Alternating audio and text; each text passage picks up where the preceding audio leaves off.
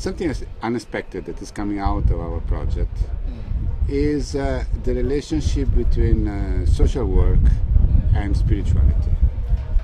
We didn't want to venture into it, but wherever we have gone, was coming up. In Syria, in Lebanon, in Africa, in India, it was coming up. Something like why, when we were asking the people, why do you commit to social work? Why you take risk? Why you spend your life helping others instead of making career for yourself?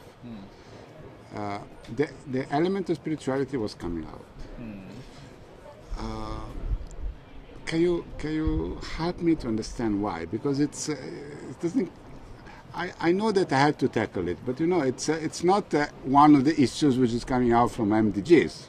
It's not spirituality. Still, it's coming up so clearly that I think if I don't talk about it, it's something artificial. I mean, because it's there, even if unexpected. But I don't know how to talk about it. You have been in that environment more. Can you give me some clue? How can I link the two? How can I make people understand, or how can I myself understand? What is the relationship between the people who spend their life, professionally or otherwise, for giving rights to the other, for enabling the others, and their spiritual search?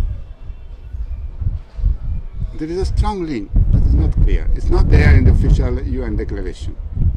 But it's so much there on the ground. When you say spirituality, I would like to understand it further. I mean, open it up, because within that there are several strains. One is the strain of what I would say organized religion and religious groups, which have an element of spirituality but are far more into the business of rituals and all that. Or when I say spirituality, it is a spiritual search or seeking, etc. Yeah. It's well, there is always an institution. I mean, there is also an institutional role, but it's not coming up so much as that. It's coming up as a spirituality of the people, those which are really in it. They have a strong tie with the spiritual research. Something as spiritual research and commitment to justice goes together. And I find it so much alive on the field, but so little spoken about. And I want to give myself a reason of both. Why it's so much there on the field, and why it's so little spoken about. For a person, as an individual, let me tell you where I'm coming from. Yes. For a person who's into this from the opposite end, from the secular end, so to say, who is into the business of development and the seeking or whatever spirituality, what you're trying to term as, I would like to not term it as spirituality, but a seeking for the higher or the other meanings of life. Yeah, so I'm approaching it from the secular end, from the end of the work, and then okay, there might be a thing. Yes. On the other hand, what I'm trying to say is that in general it is supposed to be on this end, that you get into some kind of a religious order, and then as part of that religious order you try to do something. On that I have some comments. Yeah.